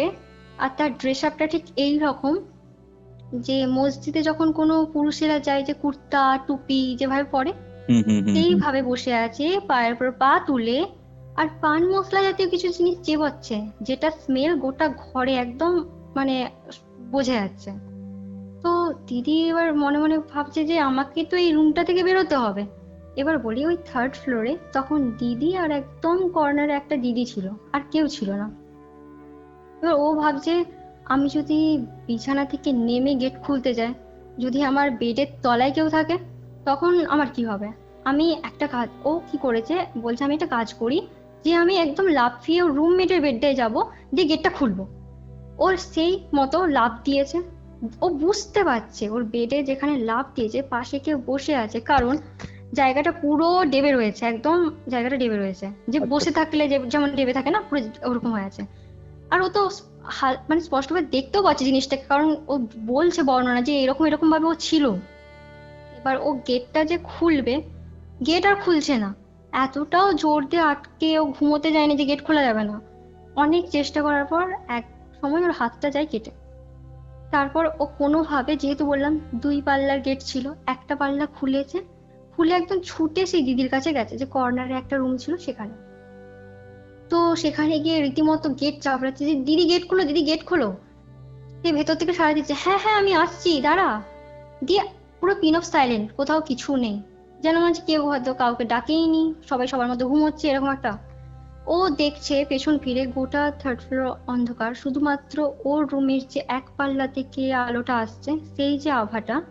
আর ও দেখছে যে ওকে কেউ লুকিয়ে লুকিয়ে উকি উকি মেরে দেখছে। তো ও আরো ভয় পায়, ঘেমে যাচ্ছে গরমে, আরো জোরে জোরে গেটটা চাপড়ায়, দিদি গেট খোলো, দিদি গেট খোলো, এরকম করছে। দিয়ে আবারও ভেতর থেকে আওয়াজ আসছে, হ্যাঁ হ্যাঁ আসছি। দিয়ে আবার স্টপ, কোনো কিছু নাই। আবার 3rd টাইম ও এইভাবে প্রায় টানা 15 মিনিট ধরে গেট চাপড়ায়। একটা পর্যায়ে গিয়ে ওর যে ভেতরে দিদিটা ছিল সে সময়, হ্যাঁ আসছি আসছি, দাঁড়া দাঁড়া দাঁড়া আসছি, খুব একটা চটজলদি ভাব দেখিয়ে এসে গেটটা খুলে দিয়ে বলছে, হ্যাঁ হ্যাঁ তুই আমাকে ডাকছিলি না, জানিস তো আমি না তোর গলার আওয়াজটা শুনতে পাচ্ছি, কিন্তু যখনই আমি ভাবছি উঠে গিয়ে গেটটা খুলবো, আমার না ঘুম পাচ্ছে আর আমি ঘুমিয়ে যাচ্ছি। এইভাবে বলছে দিদিকে। এবার দিদি তখন কাঁদতে শুরু করে, বলছে তুই কাঁদছিস কেন। ও তখন ভাবছে, ওর মাথায় এই রকম মানে ক্যালকুলেশন চলছে, ও যদি ওর দিদিকে ঘটনাগুলো শেয়ার করে যে আমি এরকম দেখেছি, আমার সাথে এরকম হচ্ছে, কোনো কারণে যদি ওর দিদি পজেসড হয়ে যায়, কারণ গোটা 3rd ফ্লোরে ওরা দুজন, তখন তো ওর হুম, কোনোভাবে বাঁচার উপায় নেই। তো হুম, হুম। বলে ওই সিনিয়রকে যে আমি একটা বাজে স্বপ্ন দেখেছি, আমি একা ঘুমোতে পারছি না, আমি তোমার তোমার কাছে ঘুমোবো। এইভাবে তোতলে তোতলে আর মানে পুরো ঘেমে গেছে, কাঁদছে বলছে। ও দিদি তখন বলছে ঠিক আছে, তুই তোর বালিশ আর ফোন টোন যা আছে নিয়ে আয়, আমার কাছে শুয়ে যাবি, সমস্যা কি আছে। তো ওটা শুনে তো ওর আরোই মানে ভয়তে একদম হয়ে যাচ্ছে যে একে এরকম হয়েছে, ও আবার ওই রুমে ব্যাক করবে, ওগুলো নেবে আসবে। কিছু করার নেই অগত্যা, কারণ বলতে পারছে না। বললো ঠিক আছে আমি নিয়ে আসছি। এই মতো করে ও যখন রুমে যায়, ওই গরমে বাইরেও ঘেমে নিয়ে যাচ্ছে, যখন রুমে ঢুকছে এসি চলছে, এতটা ঠান্ডা। মানে এবার এসি রুমে ছিল কি? না, ছিল না, এসি ছিল না। বাইরে এতটা গরম, এতটা টেম্পারেচার, ও ভেতরে যেন এসি চলছে। আচ্ছা, হ্যাঁ। দিয়ে কোল্ড এবার স্পট আসছে। হ্যাঁ হ্যাঁ, দিয়ে এবার ও যখন ওর বেডের কাছে যায়, বালিশটা নেবে বলে, সবকিছু জিনিসগুলো নেবে বলে, ওর গাটা অটোমেটিক ভাবে না ভারী হতে শুরু করছে। এতটাই ভারী, মানে হুম, চারিদিকের অ্যাম্বিয়েন্সটা যেন মনে হচ্ছে সেই, হয় না দেখবে মাথা ঘুরে গেলে তার আগে যে মুভমেন্টটা ক্রিয়েট হয় হুম। একটা মানুষের মধ্যে, চারিদিকটা অন্ধকার অন্ধকার সেই রকম। ও মনে হচ্ছে যেন আমার গাটা অটোমেটিক ভাবে ভারী হয়ে যাচ্ছে, কেন বুঝতে পারছে না। ও মনে হলো ওর পেছনে যেন কেউ এসে দাঁড়ালো। যেই না দাঁড়ালো, ও অনুভব করলো এটা যে ওর ঘাড়ে শ্বাস প্রশ্বাস কেউ ফেলছে, গরম হাওয়াটা ওর লিটারেলি কাঁধে লাগছে। ও তারপরে ওখানেই সেন্সলেস হয়ে যায়। দিয়ে যখন দেখছে দিদি ফিরছে না, ওর যে সিনিয়র ছিল সে ব্যাক করে আসে রুমে, দেখছে দিদি ওই রকম অবস্থায় অজ্ঞান হয়ে পড়ে আছে। তো ও উঠে ওকে মানে উঠিয়ে জল টল দেয়া করায়, তারপরে একটু ওষুধ টষুধ খাইয়ে দেয়। যখন দিদি একটু ঠিকঠাক হয়, তো ও সিনিয়র বলে দেখ তুই মনে হয় খুব বাজে স্বপ্ন দেখেছিস, যেটার জন্য তোর প্যানিক হচ্ছে, তুই রিল্যাক্স থাক, আমার কাছে শুবি চল, তুই থেকে ঘুমিয়ে পড়। এই মতো করে ওকে ওই সিনিয়রের রুমে নিয়ে যায়। দিয়ে তো হুম। ও ঘুমিয়ে যায়, যেহেতু ওর সাথে একটু রাত জাগা হয়েছে। কিন্তু দিদির তো আর ঘুম আসে না, ও জেগে সারা রাত কাটিয়ে দেয়। এবার বলি দাদা, ভোরবেলা তো আজান দেয়, একটা ভোরের আজান হয় হুম, ঠিক 4টে নাগাদ হুম, ওদের মেসের ফজরের। সামনে। হ্যাঁ হ্যাঁ হ্যাঁ। এবার ওদের মেসের সামনে একটা মসজিদ ছিল, তো সেখানে যে ভোরের 4টের আজানটা দিল, মানে কি, মানে কি বলবো, অসহায় হয়ে ওর গা যে ভারীটি, সারা রাতে যে ভারীটি ভাব হালকা হয়ে গেল। মানে এতটাই হালকা হয়ে গেল, ওর ঘুম আসতে শুরু করলো, যেন মনে হচ্ছে সারাদিন কেউ যদি খুব কাজ করে টায়ার্ড হওয়ার পর একটু শুলে যে রিলিফ ফিল হয়, সেই রকম হচ্ছে ওর হুম, সাথে। কিন্তু ওর তো ঘুম আসছে না, কারণ দু চোখে জল, সারা রাত ধরে ওর সাথে এইরকম কিছু হয়েছে। ও সেই আজান দিল, গাটা হালকা হলো, একটু রিলিফ ফিল করলো, বাড়িতে ফোন করেছে, মা ফোনটা তুলেছে। মা ফোন তুলে বলছে কি হয়েছে, কাঁদছিস কেন, এত সকালে তুই ফোন করে কাঁদছিস কেন। মা ঘাবড়ে গেছে। দিয়ে এবার মা এবার খুব, মাও কাঁদো কাঁদো হয়ে গেছে। ও কাঁদতে কাঁদতে বলেছে, মা আমার সাথে সারা রাতময় আমাকে ঘুমোতে দেয়নি। আমি শুধুমাত্র একজনকে না দুজনকে দেখেছি, আমার রুমমেট আর একজন আমি অচেনা ব্যক্তি চিনি না তাকে দেখেছি, আমাকে আমাকে ঘুমোতে দেয়নি মা, আমি পাগল হয়ে যাচ্ছি। আমার আমার আমি কি করে বুঝতে পারছি না, এইভাবে বলছে। দিয়ে মা বলছে ঠিক আছে তুই শান্ত হ, শান্ত হ, আমরা দেখছি কি করা যায়। দিয়ে আমাদের গুরু বাবা যে ছিল তাকে ফোন করা হলো। দিয়ে তাকে ফোন করে বললো বাবা দেখুন না এরকম আমার মেয়ে না কি করছে, মানে ও ও না কেমন যেন করছে। আমার মাও ঠিক এইভাবেই বলে, কারণ মাও কাঁদো কাঁদো হয়ে গেছে, যেহেতু হুম, দিদি এরকম ভাবে বলছে, বাইরে আছে না। তো হুম, হুম। গুরুবাবা বললো ঠিক আছে, এত কিছু ভাবিস না, আমি দেখছি। বলে ওর কুষ্টিয়ারে, তাও কুষ্টিয়ারে সব চালনা করে দেখে বললো তোর মেয়েকে তো পাগল করে দেবে, যে আছে ওর পেছনে, এরকম বলছে। দিয়ে তখন আমার মা তো আরো ঘাবড়ে যায়। বাবা আপনি কিছু করুন, আপনি কিছু করুন বলে, কারণ দিদি তো ফিরতে পারবে না, ওর তো এক্সাম চলছে যে ওকে নিয়ে চলে আসবে, ও ছেড়ে দেবে মেস, তেমনটা তো নয়। হুম, এবার হুম। ওকে ওখানেই থাকতে হবে, এক্সাম যতগুলো দিন চলবে। ও বললো ঠিক আছে আমি যতটা পারছি দূর থেকে করিয়ে দিচ্ছি, কিন্তু যে কবচ বা জল পড়া ফুল যেগুলো দেবো, সেগুলো গিয়ে ওকে কিন্তু ছুঁইয়ে দিতে হবে। বললো ঠিক আছে কোনো সমস্যা নেই। যে দিদি তো ফিরলো না, দিদি বর্ধমানেই রইলো। মা বাপি গিয়ে তো ওই জিনিসগুলো নিয়ে বর্ধমানে এসে ওকে কবচ টবচ বেঁধে দিল, ফুল টুল ছুঁয়ে দিল, জল পড়া দিয়ে দিল, যে যে নিয়মগুলো করতে বললো সেগুলো মোটামুটি মেনটেন করলো। প্রথম দিন কিছু সমস্যা নেই। হুম। তার ঠিক পরের দিন থেকে দিদি শুয়ে আছে রুমে। আর দাদা এটা বলি, যতদিন ওর সাথে এই ঘটনাগুলো ঘটছে ওর রুমমেট কিন্তু ব্যাক করেনি, ও একাই আছে রুমে। তো ও দেখছে ওরই বেডে পায়ের দিকে কেউ বসে আছে, আর ওই জায়গাটা সে ঠিক যেভাবে প্রথমবার দেখেছিল ডেবে আছে সেইভাবেই যেন জায়গাটা ডেবে আছে।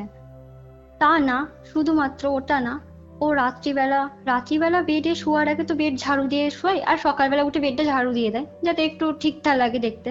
হুম। ও দেখছে যেই ঝাড়ুটা সকালবেলা ও একটা দেয়ালে নির্দিষ্ট জায়গায় টাঙিয়ে রেখেছে, সেটাও রুমমেটের বেডের উপরে আবার সেম ভাবে পড়ে আছে, যেটা ও প্রথমবার দেখেছিল ঝাড়ু দিচ্ছে। দেখছে ওভাবে পড়ে আছে, ও বুঝতে পারছে না যে আমি ওখানে জিনিস রাখছি এখানে কি করে চলে আসছে, এটা আমার সাথে হচ্ছে কি। রুমের লাইট অটোমেটিক ভাবে জ্বলছে নিমছে। কিচেনে ও রান্না করছে, হয়তো এক পাশ ঘুরলে সাইডে যে কলটা আছে সেটা খুলে যাচ্ছে। তারপর স্নান করতে গেলে বাথরুমে যে শাওয়ার আছে সেটা অন হয়ে যাচ্ছে। এগুলো ও নিতে পারছে না লিটারেলি। ও ভাবছে যদি আমি এগুলো সহ্য করতে থাকি, আমি মানে আমার তো পুরো ফেল হয়ে যাবে, আমার তো ফাইনাল ইয়ার এক্সাম চলছে, এভাবে করলে হবে না। ও কি করলো, একটা বর্ধমানের জাগ্রত মন্দিরে পুজো দিতে গেল। সেখানে পুজো দিতে গিয়ে দড়ি টড়ি পড়লো, পুজো দিল। মানে দাদা, হঠাৎ করে, এটা ও ভেবে রাখেনি বা এরকম প্ল্যান করে যায়নি যে আমি এরকম করবো, ওর হঠাৎ করে কি মনে হয়েছে, ওর যে ক্লোজ ফ্রেন্ড যে মিডিল রুমটাতে থাকতো তাকে ফোন করব, ফোন করে আমি ঘটনাগুলো জানাবো। তো আচ্ছা। ও ফোন করেছে, আর সেই দিদির নাম ছিল মৌ, নামটা মেনশন করছি, মৌদি। মৌদি হচ্ছে ফোন করার পর বলছে এরকম কি হয়েছে রে, তুই এরকম ভয় পেয়ে কেন ফোন করছিস। খুবই ক্লোজ ছিল একদম। হুম। তো এবার দিদি বলছে দেখ আমার সাথে এরকম বিষয়গুলো হয়েছে, পরীক্ষা কটা দিন আমি তোর রুমেতে থাকবো। তো ও হুম। বললো যে ঠিক আছে, সমস্যা নেই, তুই থেকে যাস আমার রুমে, এমনিতেও তো বেড ফাঁকাই আছে, কারণ বেড তো আবার ফুল আপেরও ব্যাপার থাকে না, অন্য কলেজ থেকে এসে থাকার ব্যাপারটা। তো দিদি বললো ঠিক আছে, যে কটা দিন এক্সাম চলছিল ও ওর রুমে থেকে যায়। তারপরে এক্সাম কমপ্লিট হয়ে যায়, দিদি মেসটা ছেড়ে দেয়, দিয়ে ও একদম বাড়ি শিফট হয়ে যায়। বাড়িতে আসার পর ওকে নিয়ে আবার গুরু বাবার কাছে যাওয়া হয়।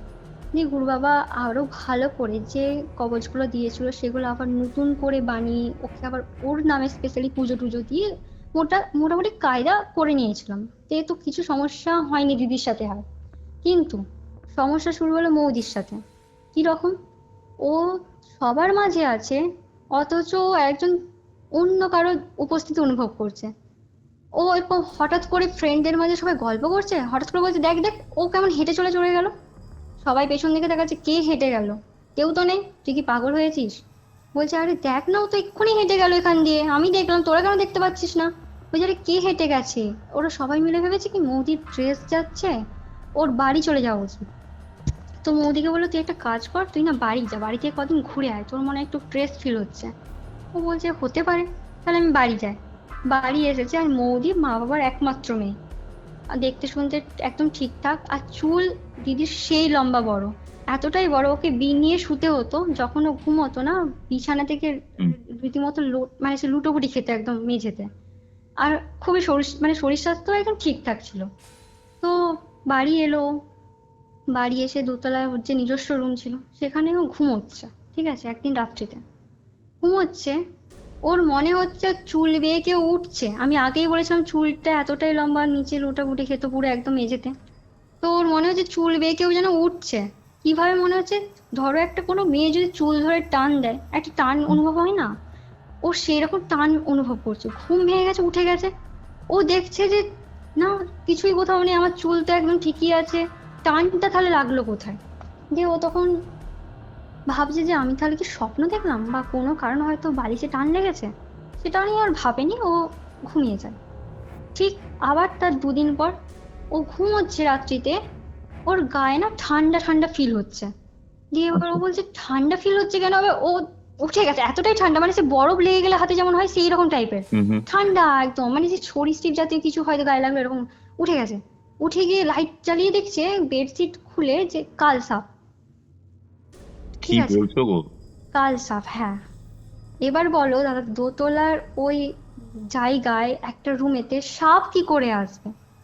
সাপ যদি চলেও আসে, আমি কারণ বলছি কোনো কারণবশত যদি চলেও আসে, সাপটা যেই না ও দেখেছে, ওর মা বাবাকে ডাক দিয়েছে, সবাই মিলে এসে সাপটাকে তন্ন তন্ন করে খুঁজলো, কোনো কোনা বাদ দেয়নি খুঁজতে, সাপটা কোথাও নেই। ওইটুকুন সময়ের মধ্যে সাপটা কোথায় যাবে। ওই যে সাপ গায়ে লাগলো, ওর সাথে ছিল, ওর এবার শরীর যে ভাঙতে শুরু করলো, শরীর স্বাস্থ্য একদম অবনতির পথে, মানে একদম বিছানার সাথে মিশে যেতে লাগলো। যে মেয়ে এতটা ফুটফুটে দেখতে ছিল, তাকে একদম রুগ্ন শুকনো একদম কেমন যেন হয়ে গেল। শরীর খারাপ হতে শুরু করলো, এত রোগ জ্বালা হলো, ব্যাঙ্গালোর পর্যন্ত গেল ডাক্তার দেখানোর জন্য, কিন্তু কিছুতেই কিছু হচ্ছে না। দিয়ে তখন এবার ওর এতটাই শরীর খারাপ করলো, পাশের বাড়ি থেকে সব দেখতে আসে না শরীর টরীর খারাপ করলে, তো এরকম দেখতে এসেছিল। তারই মাঝে একজন কাকিমা, সে ওর মাকে বলল, তোর মেয়ের কি হয়েছে, এরকম কেন হয়ে যাচ্ছ? দিয়ে ওর মা তখন কাঁদতে কাঁদতে বলছে, দেখো না দিদি, ওর না বিছানায় সাপ ছিল, ওর মনে হয় ওর সাথে কেউ আছে, ও আমাদের সাথে যখন থাকে, এইভাবে কষ্ট করে করে বলছে, আমাদের সাথে যখন থাকে, আমাদের আমাদের সাথে গল্প করছে, কিন্তু তাকিয়ে আছে অন্যদিকে, আর মাঝে সাঝে বলে উঠছে, ওই দেখো ও চলে গেল, ও ও আমার দিকে তাকিয়ে আছে, যেন মনে হচ্ছে আমরা তিনজন বাদেও এখানে কেউ আছে। দিয়ে তখন ওর কাকিমাটা বললো, সাপ দোতলায় তোদের বিছানায় কি করে আসবে? তোর মেয়েকে সর্ববাণ মারা হয়নি তো? দিয়ে তখন ওই মৌদির মা তো এবার ভয় পেয়ে গেছে, যে হুম হুম সর্ববাণ মানে? বলছে, তুই একটা কাজ কর, মানে ওই কাকিমা ছোটখাটো সেই ঝাড়ফুঁক টাইপ হয় না, যেগুলো ঝেড়ে হুম দেওয়া বলে, তো সেই রকম করতো। বলে, তুই একটা কাজ কর, আমি ওকে ঝেড়ে দিচ্ছি, তাহলে একটু ঠিক হয়ে যাবে, আমি যেগুলো বলবো তুই সেগুলো কর। দিয়ে ওর মৌদির মা বললো, ঠিক আছে, বলো বলো কি করতে হবে। দিয়ে বললো যে একটা মুরগি নিয়ে আসতে হবে, দিয়ে ওই মৌদির চারপাশে 7 বার মতো ঘোরাতে হবে, দিয়ে একটা মন্ত্র জপ টাইপ ও করবে, যেটা আমি বলছি না। হুম হুম সেটা হচ্ছে একটা ফাঁকা একটা জায়গা দেখে, যে মুরগিকে জবাই দেয় যেভাবে, হুম ওভাবে হুম। জবাই দিয়ে দিতে হবে। যেমন বলা কাজ সেইভাবেই কমপ্লিট করা হলো। মৌদি হয়তো 2 দিন রিলিফ পেলো, কিন্তু তারপরে আরো ওর শরীরে অবনতি হতে থাকছে, মানে মানে এতটাই কোনো কিছুতেই কমছে না। কিচ্ছু হচ্ছে না, কিচ্ছু হচ্ছে না, এত কিছু করার পরও ডাক্তার বদ্যি মানে এই ঝাড়ফুঁক সব হয়ে গেল, কিছু হচ্ছে না। তখন ওর মা ভাবলো, না এই ছোটখাটো ব্যাপার নিয়ে করলে হবে না, যেহেতু এত ব্যাঙ্গালোরে গিয়ে ডাক্তার দেখানো হয়েছে, কিছু তো রিলিফ পাওয়া উচিত, তাই না? তো হুম হচ্ছে না কিছু। তখন মৌদির মা বলল, মৌদির মায়ের মানে বাপের বাড়িতে একজন আছে গুরুদেব, যে মানে মাঝে সাঝে, মৌদির মা আসলে না এইসবে বিশ্বাসী নয় খুব একটা, যে হুম এইরকম কিছু করব বা হবে, অগত্যা কিছু করার নেই, যেতে হবে, মেয়ের এরকম অবস্থা। তো সেই গুরুদেবের কাছে যায়, গিয়ে তাকে সবটা খুলে বলে, যে আমার মেয়ের সাথে এরকম এরকম হয়েছে। ও মেসেতে থাকাকালীন মাঝে সাঝে বন্ধুদের মাঝেই বলে উঠছে ওখানে কেউ আছে, চলে যাচ্ছে, আমাদের কাছেও একইভাবে চুল বেয়ে কেউ উঠছে, সাপ ওর বিছানায়, এরকম কেন হচ্ছে, শরীরের এই অবনতি। তখন ওর গুরুদেব তো ওকে দেখলো, দেখার পর পুষ্টি আরো সব দেখার পর বলছে, ওর সাথে 3টে এন্টিটি আছে, আচ্ছা। 2টো ছেলে, একটা মেয়ে।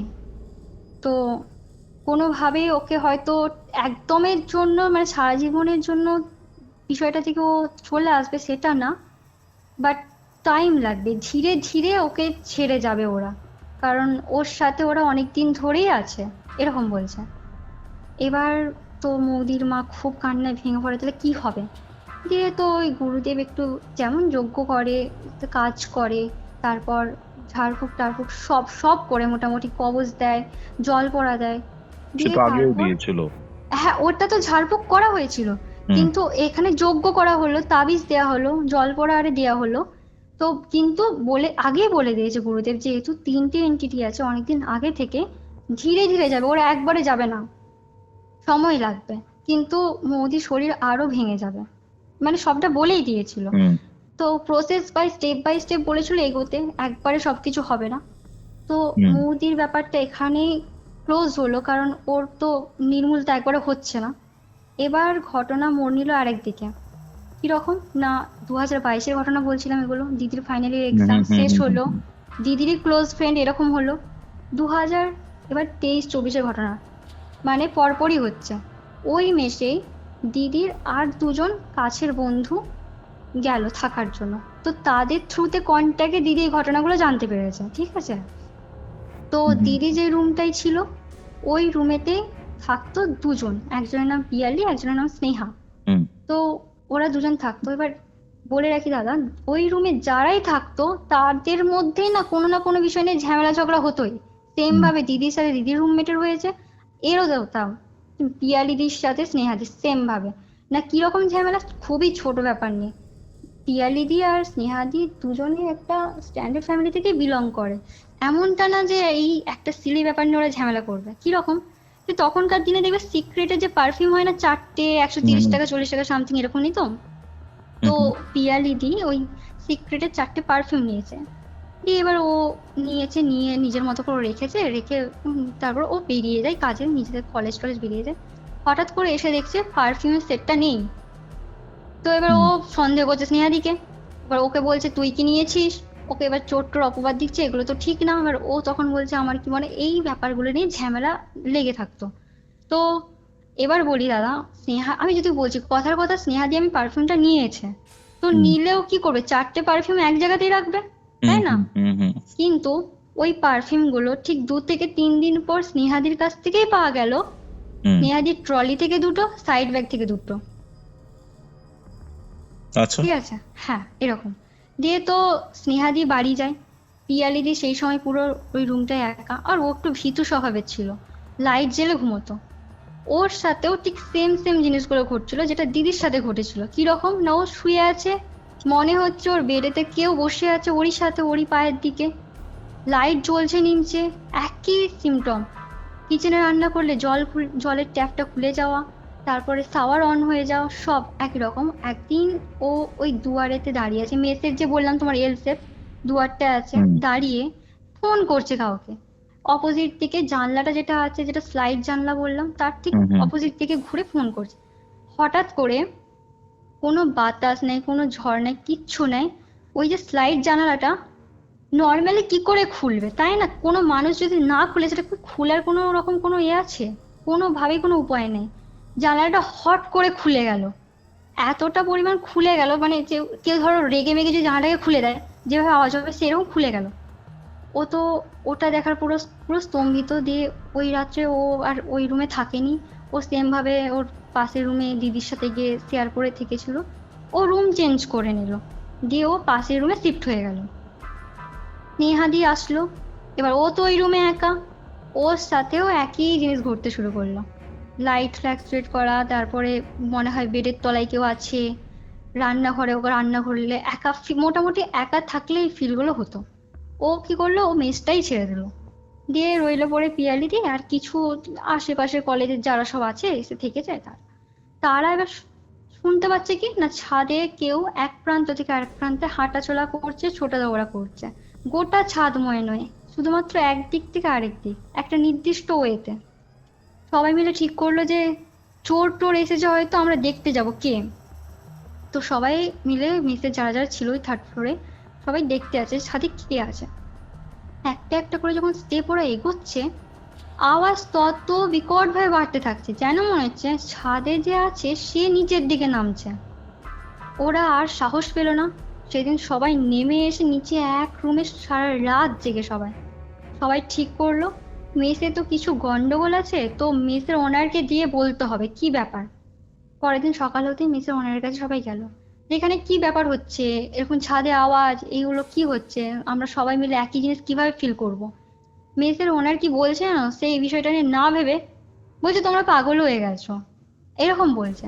যে তখন এরা তো সব একদম খুবই রেগে গেল। তারপর পিয়ালিদিও মেস ছেড়ে দিল। তারপর থেকে তো ওই মেসের সাথে দিদির আর কোনো কন্ট্যাক্ট নেই। তো এটাই ব্যাপারটা, এটাই ঘটনা। কিন্তু আমার এই ঘটনা থেকে আমার কিছু প্রশ্ন থাকছে তোমার কাছে, কারণ তুমি তো এই বিষয় নিয়ে খুবই অভিজ্ঞ, জানো।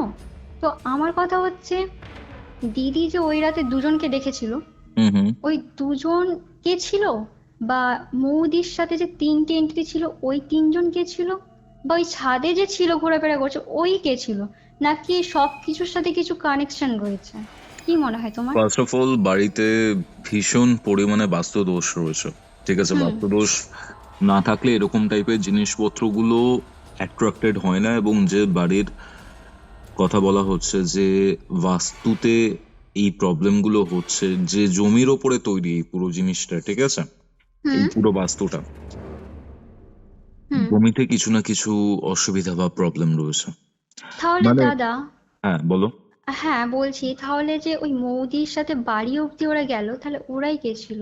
তাহলে কি বলছো এইখানেরই প্রবলেমটা ওখানে গেছে? ডেফিনেটলি, মানে এই জিনিসপত্রগুলোর কি হয় জানো তো, যদি কারোর নজরে তুমি চলে আসো, হুম। এরা অনেক সময় তোমার পেছন ছাড়ে না, তোমাকে ফলো করতে থাকে। এবং এই ব্যাপারটাই কিন্তু ঘটেছে ওখানে। যত দিন যায়, যদি প্রপার রেমেডি করা না যায়, ঠিক হুম। আছে, হুম। তাহলে কিন্তু জিনিসটা খুব খারাপের দিকে যায়। তুমি দেখো, এতবার করে এত প্রবলেম হয়েছে, গুরুদেবকে হ্যাঁ। ডাকা হয়েছে, বিভিন্ন কাজ করা হয়েছে, তুমি হ্যাঁ। আমাকে বলো কোনো জায়গায় কি তুমি পজিটিভ রেজাল্ট দেখতে পেয়েছো? না, কোনো নির্মূল তো কিছু হয়নি, মানে কন্টিনিউ প্রসেসে চলতে থাকছে বিষয়টা। হয় গুরুদেব ঠিকভাবে কাজ করতে পারেননি, ফার্স্ট এটা হতে পারে।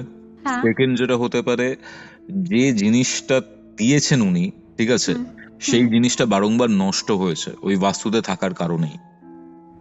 আচ্ছা, আচ্ছা। এবং আমি আমার ক্ষেত্রে অনেক বাড়ি দেখেছি এরকম টাইপের কেস যেগুলো রয়েছে না, যখনই ধরো কারোর শরীরের সাথে কোনো ব্যাপার স্যাপার ঘটছে, শরীরের সাথে কানেক্টেড হয়ে যাচ্ছে বা বারবার দেখা দিচ্ছে, ঠিক আছে, এই হুম। কেসগুলো খুব সহজে ছাড়তে চায় না। মানে একটা লিঙ্গারিং এফেক্ট থেকেই যায়, ক্যান্সারের মতো। এই পুরো পজেশন আচ্ছা, বলো আচ্ছা। বা পুরো এই প্রেতাত্মা এন্টিটি যাই বলো না কেন, এদের পুরো বিষয়টাই না ক্যান্সারের মতো। তুমি নির্মূল করে দিলে, তুমি জানো হুম। না কখন কি হয়ে গেল, আবার রিল্যাপস করতে পারে। তো যখন একদম প্রাইমারি অবস্থাতে রয়েছে, সেই প্রাইমারি অবস্থাতেই এই জিনিসটাকে সারিয়ে ফেলা উচিত, নয়তো খুব প্রবলেম। আচ্ছা। তোমার নিজের যখন এই অভিজ্ঞতাটা হয়েছিল নিজের বাড়িতে, হুম। ঠিক আছে, হুম। এটা তো এখনো ভাবলে তোমার কোনো না কোনো জায়গাতে একটা ইম্প্যাক্ট পড়ে, তাই না? একদমই তাই। আমি কারণ যেহেতু নিজের বাড়িতে এই জিনিসটা দেখেছি, তো আমার যখন নিজের বাড়িতে আমি থাকি, সেই সেম জায়গাগুলো আমার মনে হয় হয়তো এখনো কিছু আছে। এটা হয়তো কিছু নেই, কিন্তু আমার মনে হয় যে আমি যেহেতু এই জায়গাটাতে দেখেছিলাম পার্টিকুলার, তো আমার মনে হয় হয়তো এখনো কিছু আছে। মানে তুমি এই জিনিসটা বলছো তো, আমার আর একটা ঘটনার কথা মনে পড়ছে। হুম। হুম। আহ, সেটা কোনো কল রেকর্ডিং ছিল না, মাঝরাতে আমার কাছে একটা ফোন এসছে, ঠিক আছে, আচ্ছা। মানে ফোন ধরে বলছে, হ্যালো দাদা, বেশি সময় কথা বলতে পারবো না, একটু কথা বলবে? হ্যাঁ। এবার ইন জেনারেল রাতে ফোন এলে আমি খুব একটা এন্টারটেন করি না, 2-3টের সময় অবশ্যই কাজ করি সেই সময়টাতে, ঠিক আছে। হ্যাঁ। হ্যাঁ। মানে ছেলেটা বলছে ওদের বাড়িতে 3 দিন আগে একটা মেয়ে আসে। আচ্ছা। মেয়েটা যখন এসছে, মানে আমাদের এই নিউ টাউনেরই ছেলেটা, ঠিক আছে, হ্যাঁ। হ্যাঁ। মেয়েটা যখন এসছে তখন প্রায় রাত 12:30 মতো বাজে, বাইরে প্রচন্ড বৃষ্টি হচ্ছে। মেয়েটা ভিজে অবস্থাতে, মানে কি বলবো, হয় না, মানে ওই অ্যাশ কালারের, মানে মানে ভিজে চুপচুপে হয়ে গেছে এরকম হ্যাঁ। টাইপের হ্যাঁ। একটা হ্যাঁ। শাড়ি পরে দরজার সামনে দাঁড়িয়ে রয়েছে। হুম। মানে এবার ছেলেটা রয়েছে ওখানে, হুম। কাইন্ড অফ ফ্ল্যাট, গ্রাউন্ড ফ্লোরে ছিল। আচ্ছা। নক করেছে 3বার, আই হোল দিয়ে দেখেছে, হ্যাঁ। দরজা খুলেছে। মেয়েটা বলছে, দাদা খুব বিপদে পড়ে গেছে, একটা রাত থাকতে দিন না। হুম। এবার ছেলেটার মা উঠে এসেছে, এই নকিং এর আচ্ছা। সাউন্ডটা শুনে মেয়েটাকে ভেতরে ঢুকিয়ে নিয়েছে। হ্যাঁ। মানে বলেছে, মা হুম। দয়া করে একটু থাকতে দিন। এবার অবশ্যই তুমি পরিস্থিতি জানো, এইভাবে তো একটা মেয়েকে ওরকম ভাবে ছেড়ে হ্যাঁ, দিতে কেউ পারে না। একজন এবার হ্যাঁ, হঠাৎ করে এসে বললে, সেটাই রাত্রিতে। এবার প্রথম রাতে ছেলেটা খেয়াল করেছে, ঠিক হুম। আছে, মানে ধরো সোফাতে বা এতে শুতে দেওয়া হয়েছে ড্রয়িং রুমের মধ্যে হুম। ফ্ল্যাটের। ছেলেটা ধরো ওয়াশরুমে যাচ্ছে সিগারেট ফিগারেট খেতে বা কিছু করতে। হ্যাঁ। প্রথম রাতেই খেয়াল করেছিল যে মেয়েটা মানে ঘুমোতো না। আচ্ছা। এবং তারপরের দিন, ফার্স্টের দিন এরকম দেখেছে, তারপরের দিন আর একটা যেটা বায়না শুরু হলো, আমাকে একটা কাজ দিন না, আমি খুব অসহায় হয়ে পড়েছি, কিছু একটা এরকম ব্যাপার ঘটেছে। তো এবার দিয়েছে, বলছে বাড়িতে থাকো। এবং ছেলেটা ধরো আইটি সেক্টরেই ছিল, সারাদিন মায়ের দেখাশোনা করবে, বাবা বাইরে শিলিগুড়ি না কোন জায়গায় থাকতো, ঠিক আছে। হুম। তো ছেলেটা বারবারই লক্ষ্য করেছে মেয়েটা রাতে ঘুমোতো না, আচ্ছা। মাঝরাতে বারান্দায় দাঁড়িয়ে থাকতো, বাইরের দিকে তাকিয়ে থাকতো। আচ্ছা। এর পরে কি হয়েছে, সেকেন্ড যে রাত ছিল সেই রাতে ওর হঠাৎ মনে হয়েছে, হুম। ঠিক আছে, যে রান্নাঘরে কেউ হাঁটছে। আচ্ছা। গিয়ে দেখেছে কেউ নেই, শুধু দেখতে পেয়েছে ওই মানে ভেজা পায়ের যে ছাপগুলো হয় না, মানে জলের হ্যাঁ মধ্যে হ্যাঁ হ্যাঁ দাঁড়িয়েছিলে তারপর তুমি শুকনো জায়গায় দাঁড়ালে যে ছাপটা পড়ে, জলের ছাপটা, হ্যাঁ সেই হ্যাঁ জলের ছাপটা দেখতে পেয়েছে। এবার আমাকে ফোন করার কারণটা আমি বুঝতে পারছি না, এইসব আমাকে কেন বলছে, মাঝরাতে কি মানে ঘটনা শোনাতে চাইছে বা গল্প শোনাতে চাইছে। হ্যাঁ সেটাই। এবার আমাকে বলছে দাদা আসল ঘটনাটা কাল রাতে হয়েছে, মানে যেদিন আমাকে ফোন করেছে তার আগে রাতে হয়েছে।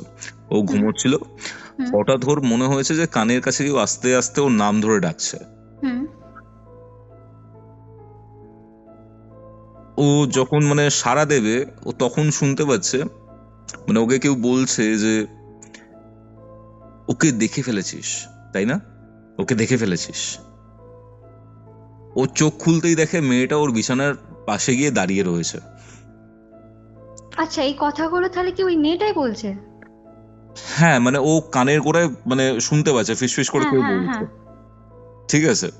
হ্যাঁ তারপরে মেয়েটা ওর সামনে দাঁড়িয়ে রয়েছে, যখন ও চোখ ফোক খুলেছে দেখছে মেয়েটা ওর সামনে দাঁড়িয়ে মানে খুব মানে ক্রিপি ভাবে হাসছে ওর দিকে তাকিয়ে। হুম ওর মানে এই প্রেত ফ্রেত এইসব কোনো কিছু মনে হয়নি, ওর মনে হয়েছে অ্যান্টি সোশ্যাল বা ডাকাত না তো, মানে ও ঢুকেছে, ভেতর থেকে দরজা খুলে দিল, বাইরে থেকে কোনো একটা গ্রুপ টুপ চলে এলো, চুরি ডাকাতি করে নিয়ে চলে গেল, মেরে ফেরে দিয়ে চলে গেল। আচ্ছা কিন্তু মানে একটা জিনিস যেটা ও মেনলি দেখেছে, দেখে যেটাতে সব থেকে ও ভয় পেয়েছে, ঠিক আছে, মেয়েটা তো দাঁড়িয়ে রয়েছে হুম আর মেয়েটার পেছনে আলমারি ছিল, ঠিক আছে, ওই আলমারিটার উপরে ও কোনো একটা কালো মানে শ্যাডো টাইপের কিছু একটা দেখতে পেয়েছে। শ্যাডোটা মেয়েটাকে দেখছে, মেয়েটা ওই ছেলেটাকে দেখছে। আচ্ছা ও না মানে ও নিতে পারেনি পুরো জিনিসটা, মানে অজ্ঞান হয়ে গেছে ঘুমের মধ্যেই। মানে চিৎকার যে করবে, চিৎকার করার মতো শক্তি ছিল না। মানে ওই রুমের মধ্যে তিনটে ব্যাপার হচ্ছে, স্যাডোটা মেয়েটাকে দেখছে, মেয়েটা ওই ছেলেটাকে দেখছে। হ্যাঁ হ্যাঁ হ্যাঁ হ্যাঁ হ্যাঁ। আচ্ছা ও অজ্ঞান হয়ে পড়েছে, মানে সকালবেলা দরজায় নক হয়েছে, ওর মা এসছে, ঠিক হ্যাঁ আছে। হ্যাঁ ওর মা এসে বলছে যে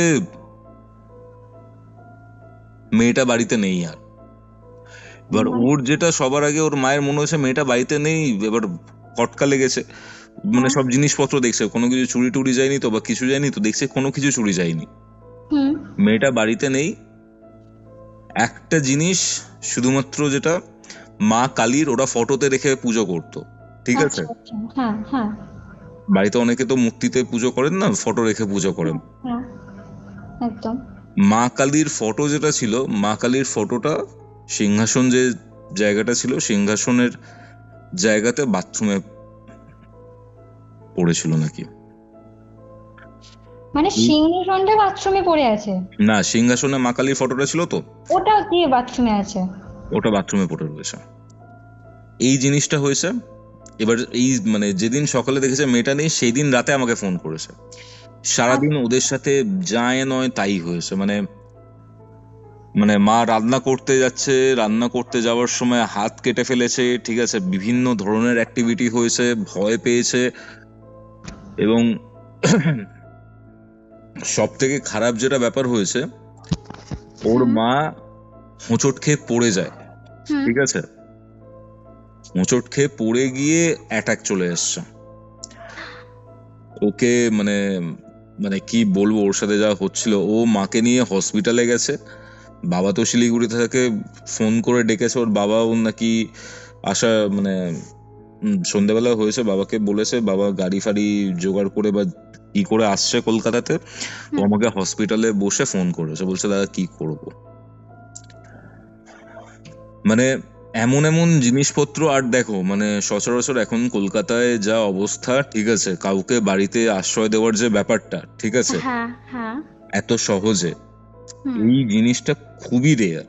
মানে কেউ সঙ্গত ভাবে বা সঙ্গত কারণেই মানে চাইবে না এরকম টাইপের কিছু আশ্রয় দিতে বা কিছু দিতে।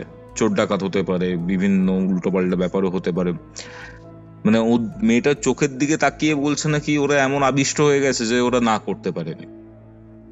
আচ্ছা, মানে শুরুর দিন যখন এসে হেল্প চেয়েছিল? হ্যাঁ, যেদিন বৃষ্টি হচ্ছিল, আচ্ছা মানে মারাত্মক কিছু একটা হয়েছে ওদের সাথে। ওদের কেসটা দেখছি আমি এখন। আচ্ছা আচ্ছা মানে এত কিছু হয় না, মানে তুমি সত্যি কথা বলছি, হুম। মানে না শুনলে না জানলে বিশ্বাস করাটাই খুব ডিফিকাল্ট। থ্যাংক ইউ স্বর্ণালী ঘটনাটা শেয়ার করার জন্য। আমিও আমার একটা ঘটনা শেয়ার করলাম, তুমি বললে সেই কারণে আমার মাথায় এলো বা আমারও বলতে ইচ্ছা হলো। তোমাকেও অনেক থ্যাংক ইউ, আমাকেও একটা এরকম প্ল্যাটফর্ম দেওয়ার জন্য অসংখ্য ধন্যবাদ। কথা হচ্ছে, ঘুমিয়ে পড়ো, প্রায় ঠিক 1টা আছে। 1:30 বেজে গেছে। হ্যাঁ। কথা হচ্ছে আবার। আপনারা এতক্ষণে আজকের এই সম্পূর্ণ ঘটনাটি শুনে ফেলেছেন আর হয়তো নিজেরাও বুঝতে পারছেন বাস্তুর সুরক্ষা আসলে কতটা ইম্পর্ট্যান্ট। কারণ অনেক সময় সমস্যা বাড়ির মানুষের মধ্যে নয়, সমস্যা লুকিয়ে থাকে বাড়ির এনার্জির মধ্যে। আমার কাছে অনেকেই প্রশ্ন করেন, আমরা নিত্য পুজো করি, তাহলে কি বাস্তুবন্ধন বা আত্মবন্ধন দরকার? আর তার উত্তর হচ্ছে হ্যাঁ, অবশ্যই দরকার। কারণ শুধুমাত্র পুজো করলেই সবসময় প্রোটেকশন তৈরি হয় না। অনেক সময় নেগেটিভ এনার্জিজের বিরুদ্ধে প্রপার স্পিরিচুয়াল প্রোটেকশন দরকার। আর আজকের ঘটনাটাই তার সবচেয়ে বড় এক্সাম্পল। কারণ আপনারা দেখলেন কিভাবে ধীরে ধীরে একটা ফ্যামিলির ওপর অদ্ভুত কিছু ঘটনার প্রভাব বাড়তে শুরু করেছিল। আর হয়তো মেয়েটির দিদি যদি প্রপার প্রোটেকশন পেত, আত্মবন্ধন করানো থাকতো, তাহলে পরিস্থিতি এতটা টেরিফিক পর্যায়ে পৌঁছতো না। হয়তো এই ঘটনাটা শুরুতেই থেমে যেত। সবশেষে আপনারা অবশ্যই জানান আজকের এই ঘটনাটি আপনাদের কেমন লাগলো। আর হ্যাঁ, আপনারা কি সত্যি মনে করেন কিছু জায়গার এনার্জি মানুষের জীবনকে প্রভাবিত করতে পারে? কমেন্ট করে অবশ্যই নিজেদের মতামত জানাবেন। আজকের এই এপিসোডটা কোথা থেকে দেখলেন সেটা কমেন্ট করে অবশ্যই জানান। ভিডিওটা ভালো লাগলে অবশ্যই লাইক করে শেয়ার করে দিন অ্যান্ড সাবস্ক্রাইব টু কিউরিওফাইড। আপনিও যদি আমার থেকে কোনো স্পিরিচুয়াল হেল্প চান, কোনো অ্যাস্ট্রোলজিক্যাল প্রেডিকশন চান, তন্ত্র রিলেটেড কোনো হেল্প চান, যোগাযোগ করুন আমাদের অফিসিয়াল হোয়াটসঅ্যাপ নম্বরে, যেটি হচ্ছে 6290675195। তাহলে চলুন দেখা হচ্ছে পরবর্তী এপিসোডে। আর এই নাম্বারটি আপনারা ডিসক্রিপশন বক্স এবং কমেন্ট সেকশনের একদম প্রথম পিন কমেন্টে পেয়ে যাবেন। তাহলে চলুন দেখা হচ্ছে রবিবার দিন দুপুর ঠিক 3টের সময়। ততক্ষণ অবধি কিউরিও ফাইটের এরকম আরও 2টি এপিসোড দেখতে শুনতে আপনার মোবাইল স্ক্রিনে আসা ডান দিকের অথবা বাদিকের বক্সে ক্লিক করুন। Curiophied presents Ghostly Call Recording, a horror audio documentary by Kaustav Kumar. এবার ভয় পাবে